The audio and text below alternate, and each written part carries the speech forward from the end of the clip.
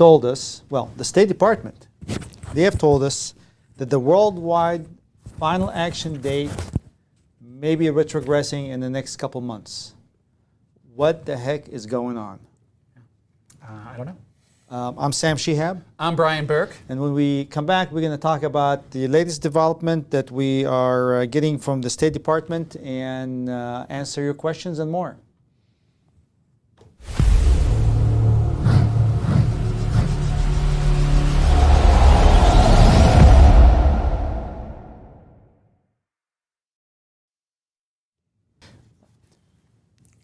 So we are from the law firm of Sam Shihab and Associates. Welcome everybody. Every Monday at 6 o'clock, we get together with the community and talk about a pressing employment-based immigration matter that's important to you. And if it's important to you, it's important to us usually.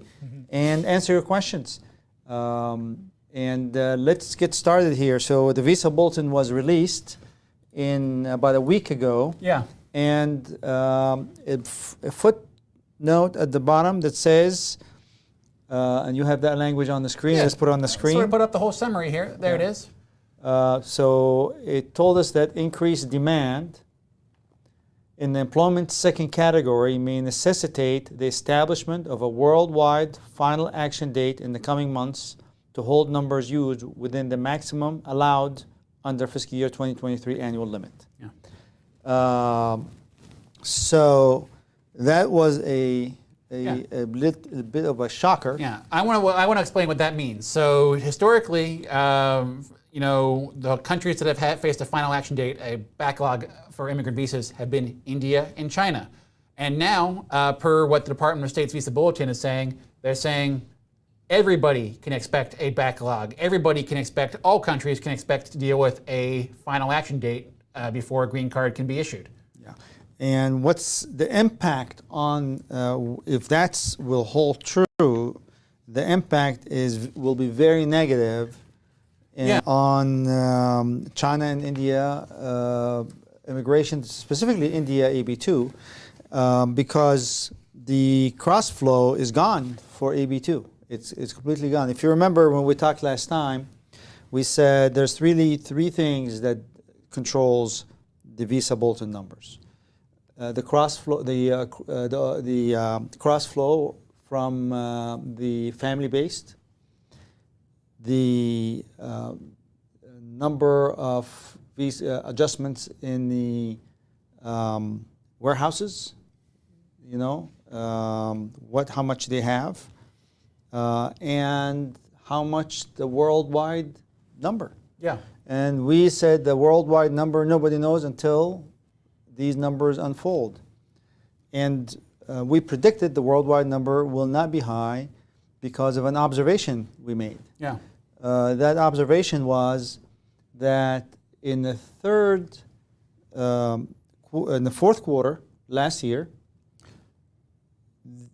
USCIS allocated, or the State Department allocated, 10,000 green cards from worldwide to India, moving the number of EB to India from 51,000 to about 60,000, if I remember these numbers correctly. Yeah, this was as part of court cases where the government was defending their visa issuance practices. They said in late, very early August, late July, they said, hey, we expect there to be 51,000 EB2 green cards allocated to India for this fiscal year. And they said, well, this may change. And a month later, they said 60,000 India EB2 green cards is their estimate. And that means they didn't have demand from the rest of the world.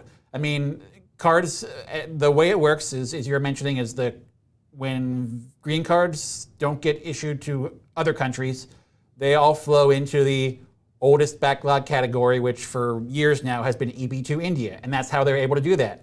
And if they were able to do that as recently as, a month or two ago, how is the rest of the world demand now suddenly so high that not only are they're going to take up all of their more than their yearly allocation of visa, they're going to take up so many that they're going to have a backlog as well, just like India and China. Right. It doesn't make any sense. No, it does not make any sense. And the impact, as we stated, which we will show you, is quite extensive for India AB2. So we kind of dug deeper into this. Yeah, I think basically, everybody in the office went off on a little adventure to try to make sense of these numbers. How did they get here? How do they go from where we were saying, oh yes, there's more. Nobody else wants them. Give them to India EB2. To everybody wants them. Everybody wants them. Yeah. So interesting. So I don't know where to start with this, but maybe we should start with the one of our charts showing the current visa availability, and compare that to prior years. Perhaps that will help us to determine what's going on. And also, we're going to be able to show you. So probably that will be a tab. Yeah, that will be that one. Let's get this up on the screen there. Hey, there it is.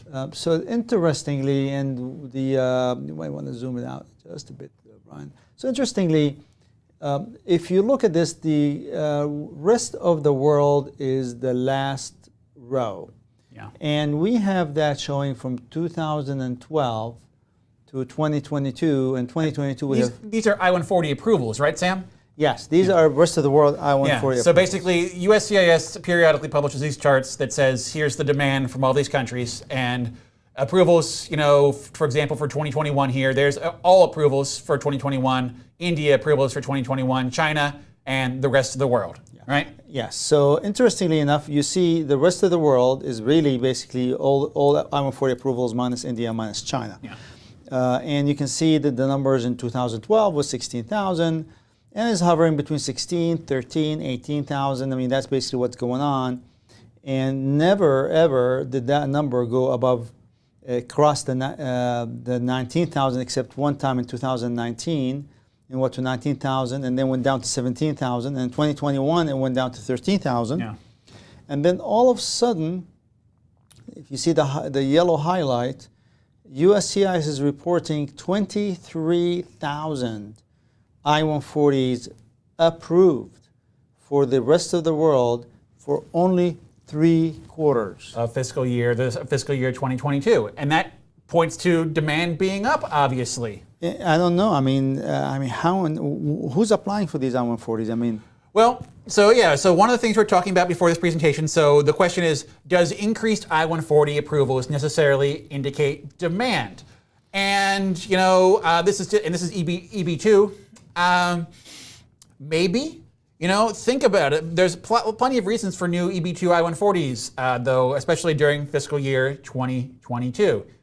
People jumping back on board with prior employers to take advantage of the far ahead priority dates. There might have been people jumping, back to EB2 after an EB3 downgrade. So, and there's also people just, who have been long in the United States changing their employers around. Those are things that might artificially inflate these numbers, but the bottom line is those factors have kind of always been available, and this number kind of points to demand being up. The reason I don't agree 100%. I don't know if I agree with me 100%. I'm just saying a possible theory. Yeah. Because if you look at India number, so India they're showing for the first 3 quarters, which is also high, 35,000. Yeah. That's equivalent to the entire year for fiscal year 2021. For example, but we've seen years like 2019. Yeah. We've seen 43,000. Yeah. So that number, another 15,000 may exceed that number. 2016 was 47,000. So we can see that, and the moving around makes sense for people from China or India. Yeah. Why? Because these are the people who are moving around and finding a new permit, new I-140. All of those factors, I guess you were getting to, is all those factors I was just talking about don't explain an increase to 23, such a huge increase for the rest of the world. Doubling over, it will ultimately more than double over 2021 numbers. Yes. Yeah. It does not make any sense. So we kind of dug in and we found an interesting adjustment that the government has made. Yeah. In their reporting. I don't know if you have that little screen with the scribbles or. That thing is very difficult. Let me see if I can. You can't show it. No, you're not sure. Okay, fair enough. Yeah, don't. Right. So we found that USCIS has revised its numbers retroactively. Yeah. So there's two charts here for fiscal year 2021. There's 2 columns here for fiscal year 2022, Q1 and Q2. There's an older chart that USCIS had published where the total was 27,491. That's total filed EB2s. And it is in line with a country that's coming out of a pandemic. Yeah. In line with an economy that is recovering. It's it's a little bit less than half of 2021. If you double that number, it's a weak recovery. Yeah. It would be pretty close to 2021, which seems logical. Right.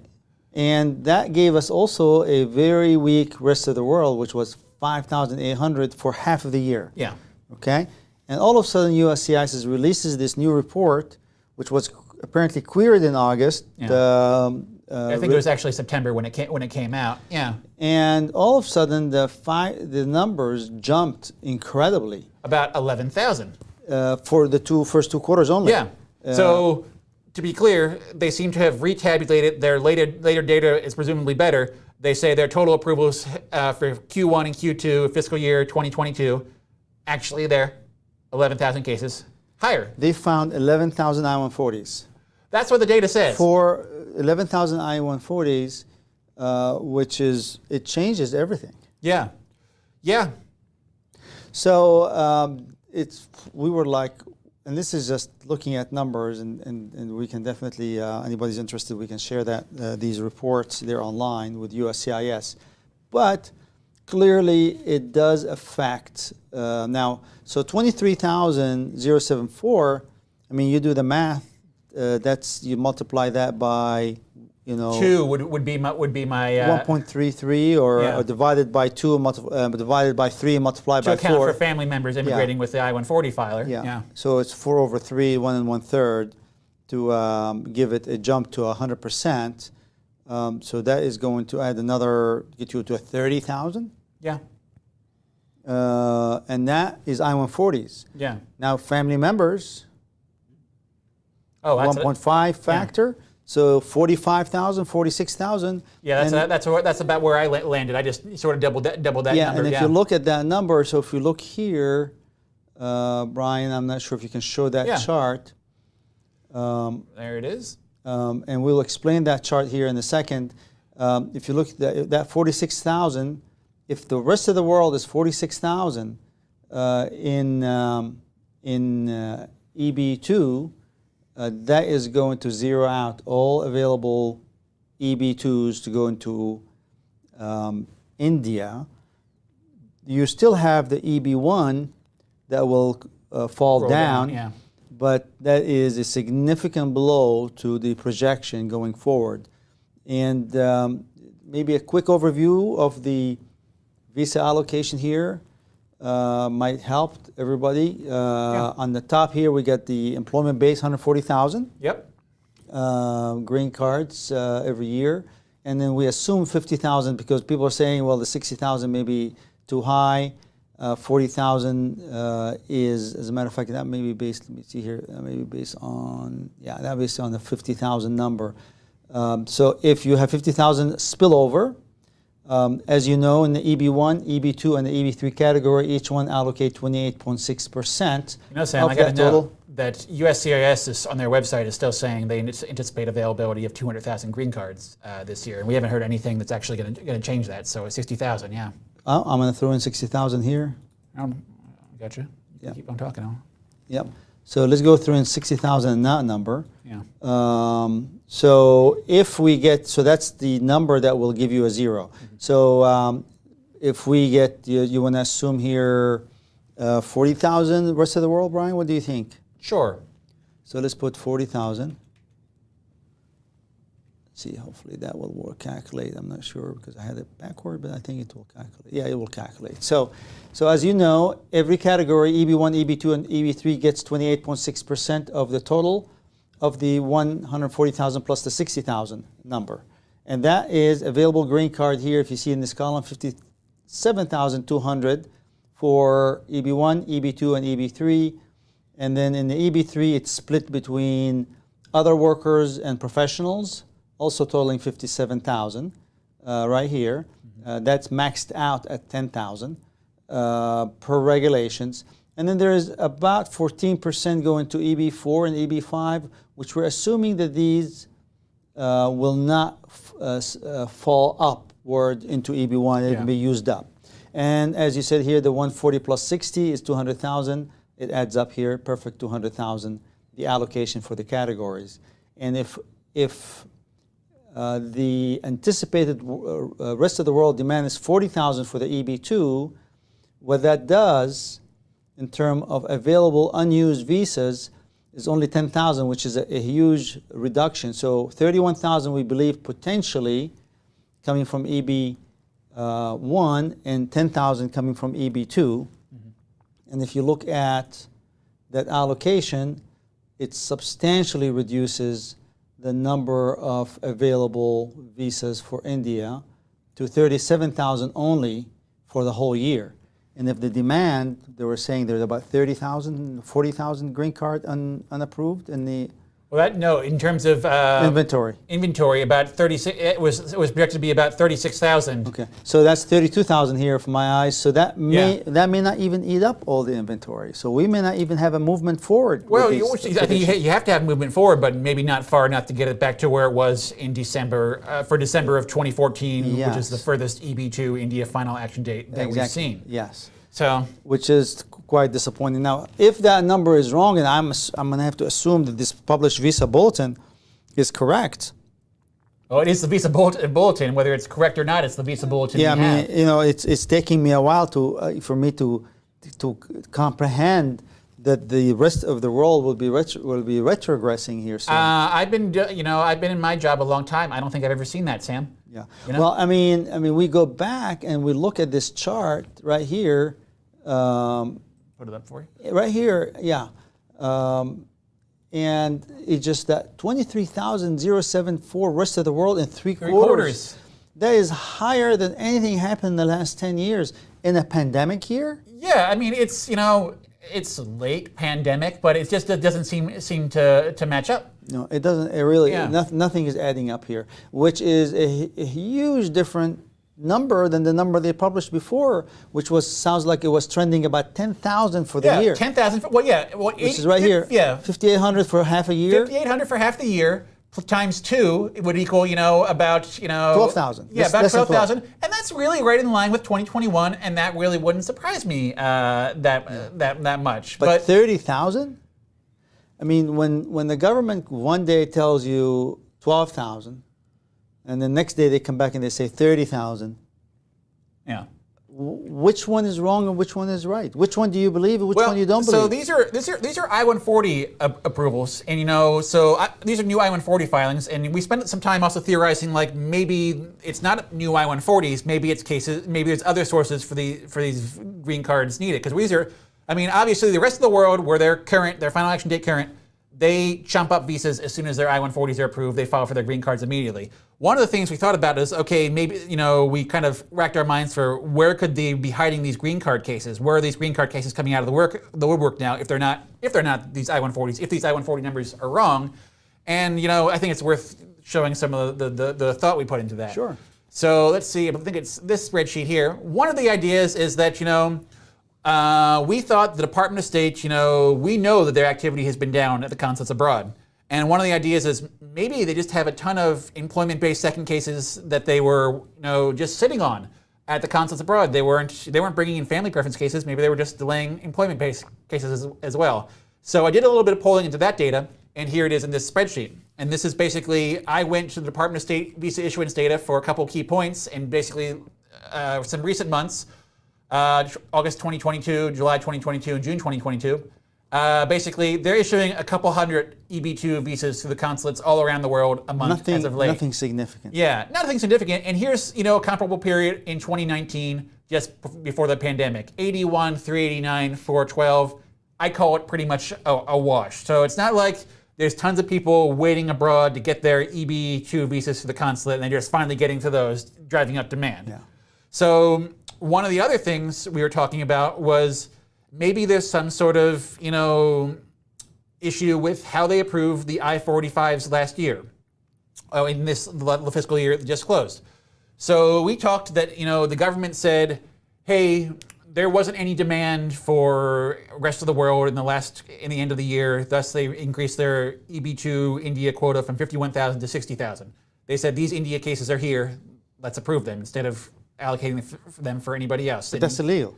Well, I mean, you're assuming that they broke the law again. I'm not assuming that they broke the law. Well, okay. So the theory is that essentially they had a ton of cases from October 2020, India EB2, that were there, right? They knew they could approve these cases, right? And then they also had, if this rest of the world demand has been there, they had these cases there, and they said, we can't approve these cases during this fiscal year. We just got these cases recently. We don't have the time. But we have a ton of India EB2 cases that are sitting in our backlogs, and we know those cases are ready for approval. Perhaps they made the decision to say, okay, we have the time. We only have so much time left in this fiscal year. We have to get these green cards. We have to issue these green cards. Let's approve them for India EB2 instead of the rest of the world, because we know the rest of the world will be taken care of because they're going to get their own share of visas this year. And maybe they did something very nice at the end of the last fiscal year and so basically said, ignore the rest of the world. We can approve these cases. We need to issue the visas. Give them to India EB2. What do you think of that, Sam? Well, it sounds like a good movie. Yeah. I mean, it's very possible. I mean, it is haphazard. Well, you said the term illegal. Illegal is. Well, I mean, obviously, approving India when there is the rest of the world available to approve is not consistent with the regulations, because you don't fall across until you don't have any cases to approve. And in the last quarter they moved 10,000 green cards from rest of the world to India, which lead me to logically conclude that there were no rest of the world adjustments to approve. So they So they approved India. I have to assume that the government is following the law. Yeah. And with that, we move forward. Then we looked at the release from USCIS, and clearly they've went back and redid the numbers. I don't want to say they recooked the numbers. They requeried the numbers. They pull the numbers at a certain time and basically. So there was an error. So let's put that on the screen again. There was a clear error. There was, I mean, in the light most favorable to USCIS, I'm going to give them the benefit of the doubt. Mm-hmm. Okay. In the first query, they told us that there is all count. Look at this word, all count. That word is cut and paste from the report. All count. Yeah, all count. All count. Okay. Quarter one plus quarter two was 20,491. 27. Yeah. 27,491. Yeah. Come back a month later. Yep. Okay. Or 2 months later, they say, oh no, all count is 38,072. Yeah. 11,000 bust between the first all count for quarter number one, quarter number two, 2022, and the second all count, 11,000. So they were wrong back then, or they're wrong now. Well, and Sam, well, hold on. Yes or no? They were one of them is wrong. Well, what we said in the past year, Sam, is what is retrogression? Retrogression was some sort of bad estimate somewhere that generated retrogression, right? And that's what it is. It seems. It's not an estimate. This is a query. That query. When I say query, and I know people on the other side of this YouTube session are people with degrees in computer science and engineering. Yeah, you quote a database. It's a database. Yeah. It's a query. And when your query tells you it's 27,491, and you publish that to the public, and then 2 months later, you do the same query, Yeah. and you get 38,072, 11,000 number difference of green cards, I-140s, one of those two queries is wrong. It was accurate at the time. At the time, it was polled. Impossible. Per what it says on the spreadsheets, it was accurate at the time it was polled. Impossible. 100%, not 99.9%, 100%, one of the two numbers is wrong. Okay? Because you can tell me the reason. You can give me the reason. You can say, well clearly, because. Okay. So because I understand, right? Yeah. But I got two numbers that describe the same thing. They're 11,000 difference. One of them is wrong. Agreed. Factually, out there there's an actual number of I-140 approvals. And it may not be either of these numbers, but it definitely can only be one of those. Exactly. Yeah. And therefore, so I'm going to draw a conclusion. Therefore, they are not trustworthy. Okay? Because they cannot do a simple query. Yeah. And somebody has to explain that. I will take a step back. I'd say I trust computers, Sam. I like computers. We know this. I can trust the query is accurate, but clearly the data that they got was not Garbage accurate. in, garbage out. Garbage in. I will agree with you on that one. Yeah. So, and garbage data here, if that garbage data goes to the Department of State, it can cause them to give you garbage Visa Bulletin. Garbage Visa Bulletins. Which one is the garbage Visa Bulletin then, Sam? Is it the last? Is it the their movement? Put it back on the screen, Brian, because for me, I'm blown away by when you see a chart and you see a number completely off. I'm going to have to say that that number doesn't make any sense. I mean, I'm looking at 10 years of data. Yeah, we haven't seen it exceed. You know, there's 2016 that got to 22,679 for a year, and we're at that point for the rest of the world for 3/4 of a year. It's something. Yeah. Yeah. Right. Yep. But that's the most recently. So this number annualized, I think is going to be right there, 30,000. 30,000. Yeah. And as we discussed earlier, the rest of the world doesn't, because they get their green cards faster, doesn't do, multiple filings that much. But look here, there's no 30,000 anywhere. Yep. 16, 13, 16, 18, 22, 18, 19. Nothing close. Yeah. Nothing close to 30,000 the rest of the world number. Yep. How is that logical? I don't know. Yeah. Well, I mean, I'm asking. I know. You're I'm not feeling really attacked here, Sam.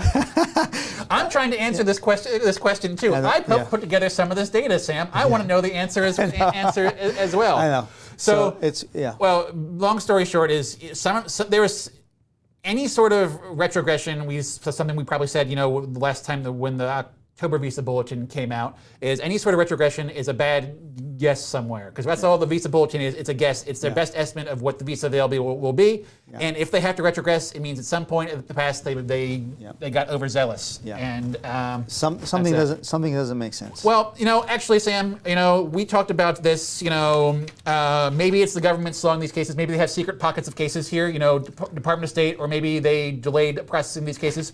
Maybe there's more demand. They made an error. I still don't understand it. I mean, I'm still flabbergasted by 30,000 rest of the world number, because that is, number one, because it affects people, and number two, it's a government. They have to publish correct numbers.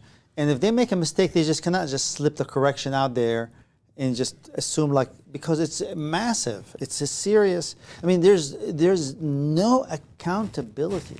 Well, I have a third theory as to what could be going on here. Yes, give it to me. There's somebody new managing the Visa Bulletin for the Department of State, in a new fiscal year for the first time. And it's been a while since we talked about him, but Charles Oppenheim had his fingers on the October 2021 Visa Bulletin, and that was his swan song. That was his last one. And now there's a new person at the helm of the Department of State managing their Visa Bulletin. And they could interpret the data entirely differently. Could be doing their Visa Bulletin entirely more conservatively, and that's that. I don't know. They could have changed their procedures internally for how they collect this data. Maybe this data is better. There's that. I love your theories. Yeah. But this does not explain USCIS's publication and the discrepancy. And then that number is so far off what is the norm for the last 10 years. Yeah, I fully agree. I would understand sky-high demand for India and in China in fiscal year 2022, but I don't get the rest of the world. Why would they be up? The only possible explanation I have is that the dip in 2021, see if you notice here, there was 17 and 18, it created the pendulum swinging the other side effect. Yeah, I'll entertain that for a minute. Obviously, everybody raise your hand if you know about long perm processing times. It is getting longer and longer and longer and worse and worse and worse in perm processing times, and maybe that's something that basically drags it out. But it wasn't just one day though that perm processing times got bad though. I honestly was so wrapped up with the EB2, I haven't even looked at the EB1 numbers, whether they jumped or not, whether our prediction and if fall across, it may be changing as well. I mean, that's a big deal. But obviously, EB2 numbers is where a lot of people fall, and it's EB1, is they going to fall down? That's so impactful as well. if the EB1 numbers, I haven't looked at it, to be honest with you. Yeah. I was looking at trying to figure out the EB2, just like you and like Joe and everybody else. But we'll look at that and let you guys know. It's 6:31. We can talk about this for the next hour. We can shout at each other. We will not resolve it. Yeah. It is nuts. It is confusing, and we will continue to keep an eye on the numbers and try to hold USCIS accountable every way we can. When we come back, we'll answer your questions.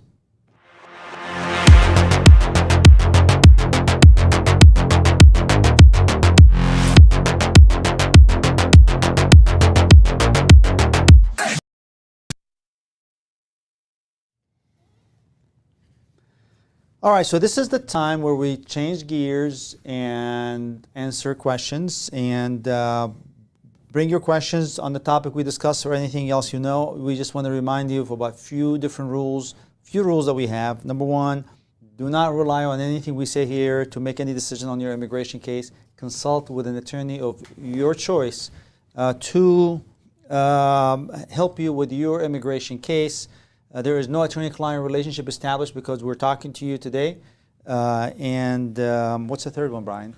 Well, I mean, I'll continue explaining. I mean, the devil's in the details. You can't really, the amount of work we really have to put in to solve any sort of problem is just beyond the scope of what you can do here. Take this as just sort of general information rather than, And let's take our general questions, and we'll do everything we can to answer them, and then go from here. Yeah.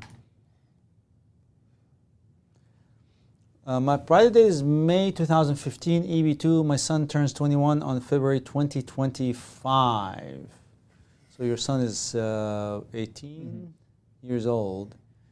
My private date becomes current before he ages out. If not, what should be done in the next step? Was a fantastic question. So the general question here that we have is if somebody is aging out, Brian, and obviously these Visa Bulletin are nuts now. I mean, priority date 2015 may or may not happen.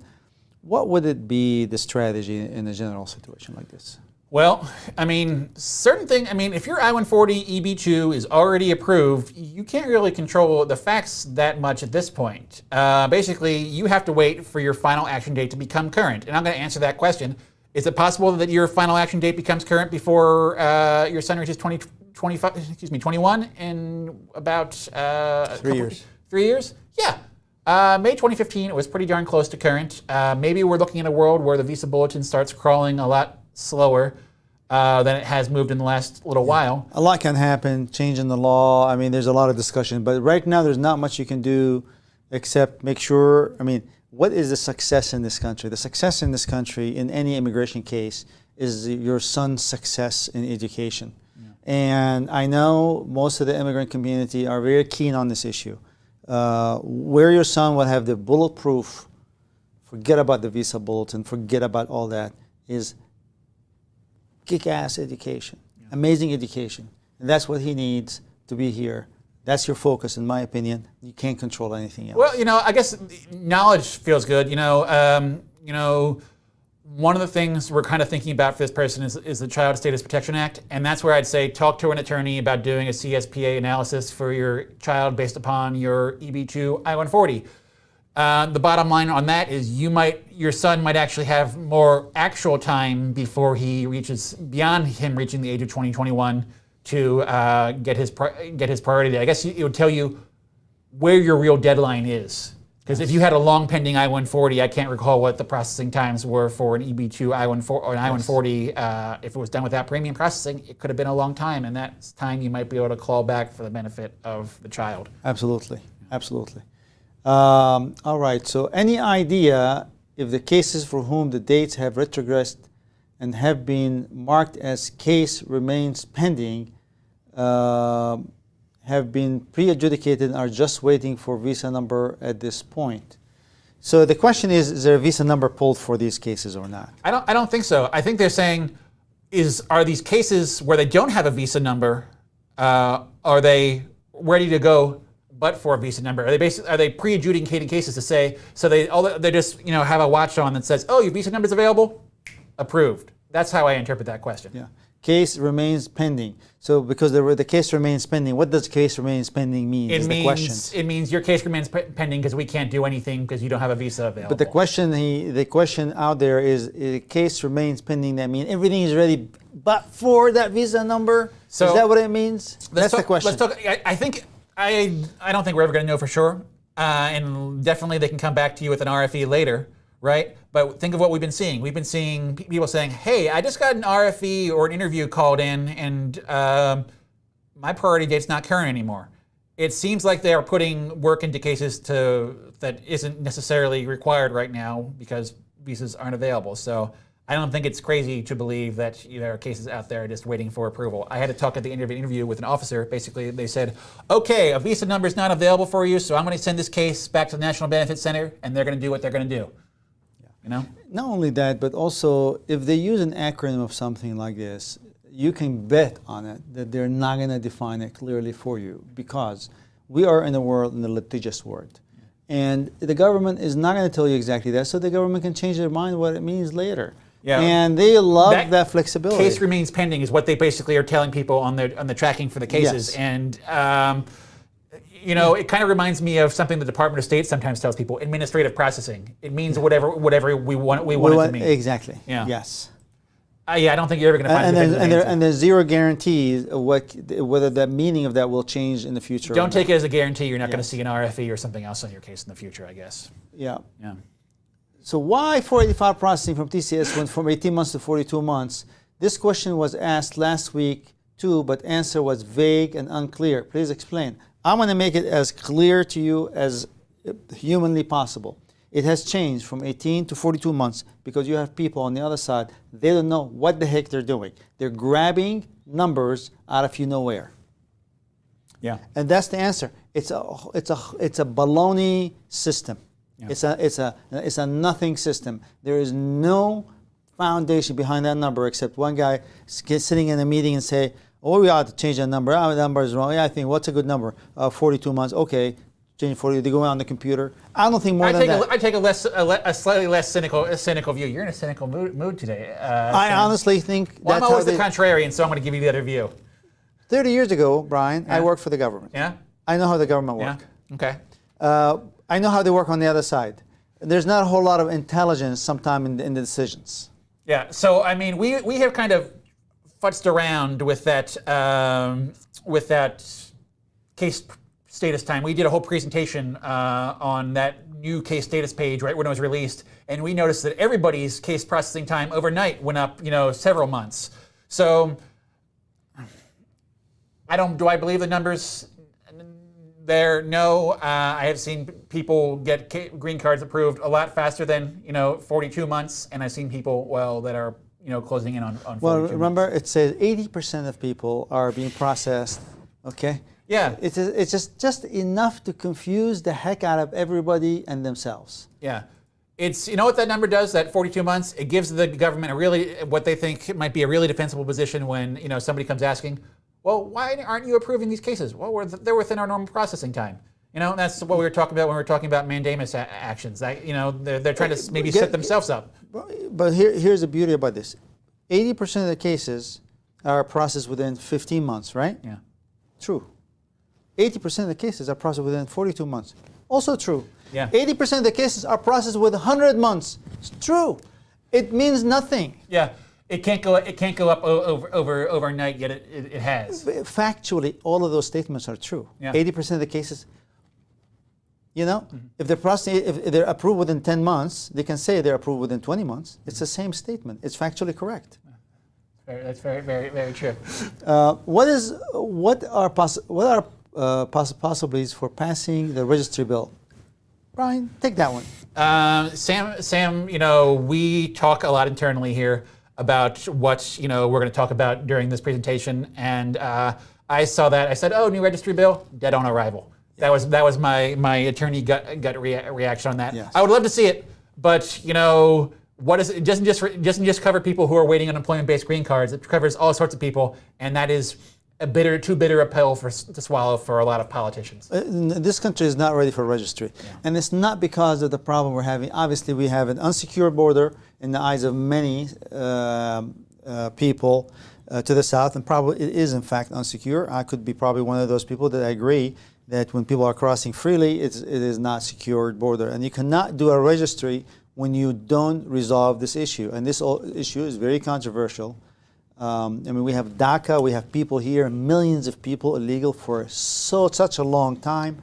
It's a massive problem. It's a lot bigger than our EB2 small problem. Looks like our problem is a small pimple on the back. I mean, this would solve the problem is, this would solve the EB2 problem, and it also solve problems for people who have been here along. It is. Registry is not our solution. Yeah. Our solution is for this country to recognize that employment immigration is the lifeline of our future. Sam, that's an interesting thought I had. India and China, that's the backlog that it has been. It's been, as far as I can recall, the only backlog there's been as long as I've been doing this. Maybe long before. Yeah, maybe if the backlog spreads to other countries, it becomes more of an issue for the government to take care of. It's just a thought. I'm a silver lining kind of guy. If suddenly, people from every darn country on the planet are waiting a painful amount of time for a green card, maybe that's what finally convinces somebody to do something about it. Yeah. I think we were almost skipped Kumar here. So what are the possibilities? We talked to that about that question. Yeah. All right. Hello. EB2 India, May 2011, priority date. Primary applicant got adjustment status last week. Dependent adjustment is pending. 2011, I think you're going to get it. It's just a matter of time. I have seen a number of cases, a handful of cases with delayed I-45 approvals for the spouse. The bottom line is, as long as the spouse is your spouse and your spouse has met all the other requirements for adjustment, that spouse is going to get that green card. There's a part two to this one, though. We like answering questions so much, we answer them before they're done. That's right. Primary applicant loses job and takes months to find another job before dependent's adjustment approval will reduce the chance of dependent getting adjustment approval. The answer is no. Yeah. The answer is simply no. But again, if you lose your job, we want to remind you, consult with an immigration attorney of your choice, and don't rely on us. But I don't see that, at least as a general answer, would be an I mean, issue. I could say a very long version of that, Sam, but I think I'd still come to the same result. We both are working on H-1B. I am the primary applicant, and both got EAD advanced parole this year. Can we travel to India and come back on advanced parole, and can continue work with the same client with the same H-1B? So what is the general rule, Brian, about leaving the country, while the adjustment is pending, and returning back, referring to that May 2000 memo? This is a very specific rule. I'm going to say the general rule is when you leave the United States and you enter with an advanced parole, you come back as a parolee.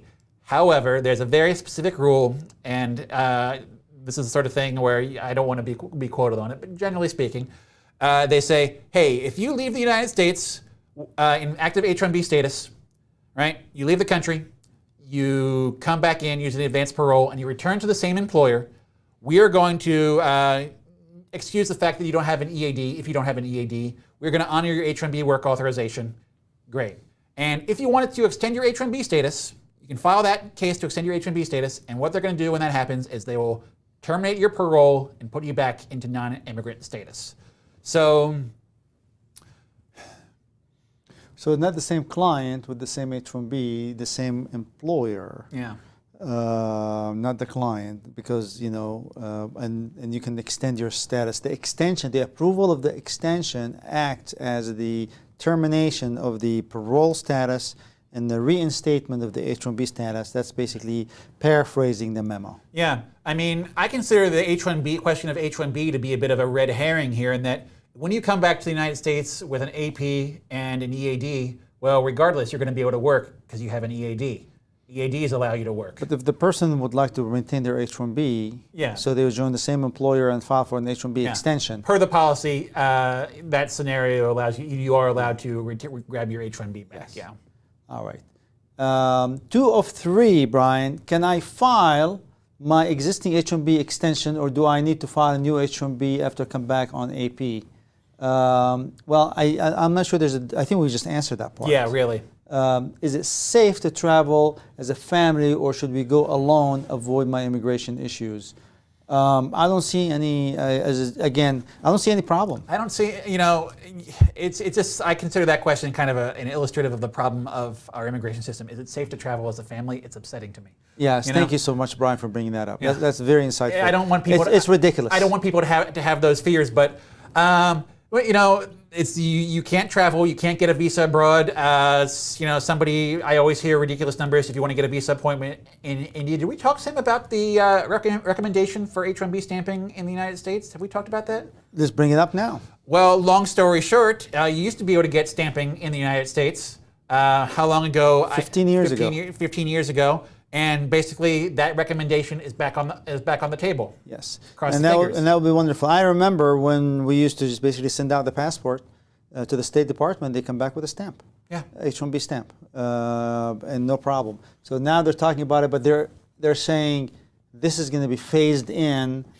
Again, phased in. We can't handle the number. Well, you created the number. Yeah. You created the number, obviously. I know where they can't handle the numbers, Sam. They can't handle it at the consulates. And that's what they don't want to have the problem here. Yeah. Charge a $200 fee. Everybody will be happy to pay it. Cheaper than their. What I know about people on H-1B visas is they're usually pretty darn affluent, do well. and they're happy to pay the cost of U.S. immigration to the extent they're allowed to. Yes. Of course. The first two visa bulletins are gone for fiscal year 2023, and still there are no movement in dates. How can USCIS process 200,000 green cards in the remaining 10 months of Visa Bulletin? That's a question I like, because that's a question I asked as soon as they retrogressed. How can they get out these green cards unless they have secret inventory somewhere? They demonstrated they can't approve it. They can barely approve a green card case in 2 years. For some people, they demonstrated they can't approve a green card case in 2 years. How are you going to get? This is a question that drives me mad. Are they going to waste visas? Are they busy approving rest of the world green card? This 23,000 number is blowing my mind. Yeah. Yep. Brian, take that one. So sort of another question for that same individual. My priority date is 10th of March 2015. Are we expecting some movement in the dates for filing beyond January 2015 in fiscal year 2023? I still think it has to be possible to some degree. Can it get that far? I think March 2015 isn't that far beyond where the dates for filing have made it. Yeah. Well, the rest of the world number have to be settled. What we have right now is a mess between a number that absolutely doesn't add up. 23,000 approvals for the rest of the world in quarter 1, 2, and 3, 2022 makes no sense. Yeah. It is not in line with 10 years of data. Yeah. And if that number is correct, is the correct number, I think we are not going to see movement beyond December of 2014. Dates for filing, I think it might be possible to get there, because it's always an outlook. Possibly, yeah. So I maintain my optimism. I like that. Hey guys, can I be in my green card EAD and my wife can be in her H1 and still uses advanced parole? So this is back. Is there a follow-up from there? Don't have. Yeah.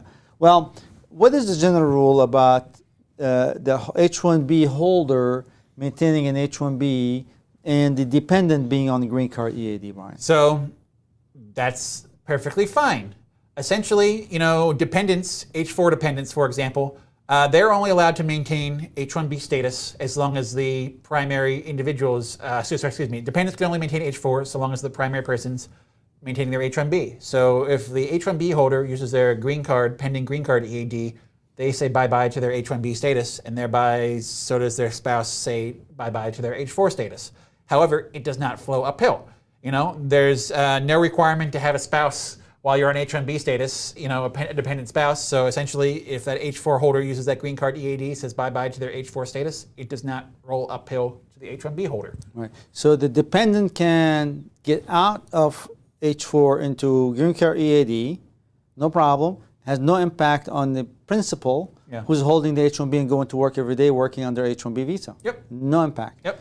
But if the principal who's working on H-1B gets on green card EAD, it forces all dependents to go back on green card EAD. Yeah. So you must have a pending adjustment for every family member to be able to do that if they're in the U.S. Yeah. Otherwise, it'll be you've pushed one out of status. Yeah, that's no good. And that's not good. Is 60,000 spillover confirmed, or is it less than 60,000? As of today, we do not see any formal indication that the 60,000 has changed, but with the way the government has been grabbing numbers out of nowhere recently, who knows? USCIS in their FAQ still says they estimate 200,000 green cards available for fiscal year 2023. That's 140,000 is given every year, plus 60 would equal 200. That's what they're saying. Yep. Given this, when will August 2003 will become current in EB2 and EB3 India? 2014 August. So that should be moving this year. So somebody said we haven't seen any movement on the Visa Bulletin yet for EB2 this year. Basically, we think we will start seeing the movement should come at the end of every quarter, right? Right. So basically, they figure out their rollover, their flow downs and rollovers every quarter, and that should release more visas every quarter of the year. So we'll be seeing the first kind of test at the end of, I guess, December and January's Visa Bulletin. Right. I don't anticipate movement by then, to be honest with you, because if you look at the chart that we laid out and the visa allocation, you will not see enough numbers flowing in January to make a significant impact. To make it a significant impact past the 30,000 inventory. Yeah. So we anticipate that later in the year, but we really anticipate that final action, the dates for filing has to move. That 30,000 inventory requires movement though, because we know there's people in that 30,000 inventory with May 2012 priority dates, but there's and they have there's people out there with Correct. Yes. 2013, 2014 priority dates. Right on. You have to plow through those dates a little bit. Right on, I agree. I have filed October 2020 with EB3 downgrade. I'm current both in EB2 and EB3. All applications are in LA County. Will it help if expedite through Congressman? Thank you. Congressman, can Congressman help, Brian? Your case. Well, first of all, I asked the obvious question: is your priority date current? If your he said he's current in both. I thought about I'm current in both EB2 and EB3. It doesn't hurt. It's they have people in their office who are. I don't know if this person's congressperson can help. There's one way to find out. I guess I have no faith in that process anymore. I am inclined to agree with you. I have made plenty of congressional inquiries over the years, and I have had very, very, very few successes. And that's kind of a good part of the U.S. civil service. You can't just complain to somebody and get plucked to the beginning of the line. But it's frustrating for people who have been waiting for a long time that you seem to have no recourse. Yeah. Many years ago, our office was across the hallway from a congresswoman's office, and was a wonderful person, and they had a wonderful staff that handled immigration. I got to know these people well, and I got to understand how they work. It's nothing but a person with a phone number. It's like a paralegal that put the case together. So the congressperson is going to be as good as that paralegal, their workload, and then at the end of the day, they call USCIS on the private line. They have, now on the other side, USCIS has a person full-time employee that receive calls from a congressman and trying to find out what the case is going on and then report back. Yeah. It's a back door. It's a nice process. Try it. It will not hurt you. Yeah, that's the other side of the good U.S. civil service. It doesn't hurt to poke and say, hey. Yeah, absolutely. So try it, do it, obviously, or watch our last YouTube about how to litigate a case if that is not satisfactory to you. EB2 downgrade in 2020, got ED advanced parole. EB2 upgrade in 2022, still pending, priority date not current anymore. If change job now, will I consider EB2 or EB3? A general rule, the person who, number one, changing a job, you must consult with an attorney of your choice to help you make the decision whether it's in your best interest to change jobs and the timing and whether it's even all the viable. criteria. Yeah. Now, you are in the last category that you applied for. If you have upgraded to 22. Yeah, it sounds like a transfer underlying basis. Yeah. Would, so there's a 2 of 2 of this. Yeah. If EB3 moves forward, will I have to downgrade once again? The general rule on downgrading is that transfer underlying basis. Yeah. They say that it's maybe possible to move amongst the employment-based categories. So perhaps they don't give you a receipt notice on the first one. They don't give you a receipt notice on the second one. They don't tell you what happened. I don't like the idea of that, Sam, because if the Visa Bulletin is moving back and forth, if that happens, it's insanity. I would file a new adjustment. Well, we'll just put up our old transfer underlying basis presentation, Sam, and go to sleep early on a Monday night sometime if that happens. Yeah. No, we're not going to do that. Yeah, precisely. All right. Take that one, Brian. So from Vishal, I have old parents 75 years back in India and need 24/7 support. They already have B1, B2. Is there any way I can try for B2 visa as a dependent derivative? Dependent derivative? Well, Yeah. B2 is not a dependent visa, so you cannot apply. B2 stands on its own, and there is a B2 for medical care if there is a need for medical care for your parents, like medical assistants or hospital or what have you. If you are I'm not quite sure I'm following. I'm assuming this gentleman is not on a permanent residency, Yeah. or he's on a visa and he's away from his parents, and he said, "Can I bring my parents? Yeah. Is there a visa to bring my parents here so I can look after them?" We don't have that, unfortunately. Yeah, this falls in the category of upsetting things, about our immigration system. I guess it can't be all things to everybody, but yeah. My priority date is April 2014. Currently in H-1B, I use my EAD advance support for driver's license renewal. Will that count as an EAD? The answer is it is not. I would like to hear that argument from the government. I can't fathom how they would. No, it is not an I-9. They're not your employer. You did not work on your EAD. You did not get paid when you went there. You paid them. You haven't stepped out. Having a driver's license here, I'm gonna come up with a way that make me happy to say it. Having a driver's license does not step you outside of your H-1B status. Yes. Okay. Take that one, Brian. No, I think this might be a repeat question. Okay. Let's go to Siva. Are there any restrictions working on green card EAD compared to H-1B? That's an excellent question. So obviously, ultimately, you are committed to work for your green card employer upon green card approval. Having said that, you can practically do anything you want with your green card EAD and do whatever you want anywhere in this USA. Yeah, that's a short answer. Yeah. Yep. Generally speaking, employment authorizations cards are broad. I'll take that one.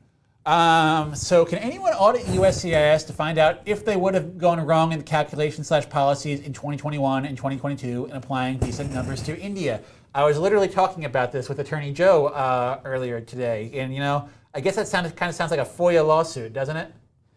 Yeah, it's a tough one though. That's a tough one because these are complicated things, and the government, the judges don't want to touch it. But honestly, something have to happen. Well, I mean, for crying out loud, who's this guy? I can't pronounce. Soj Venkat D.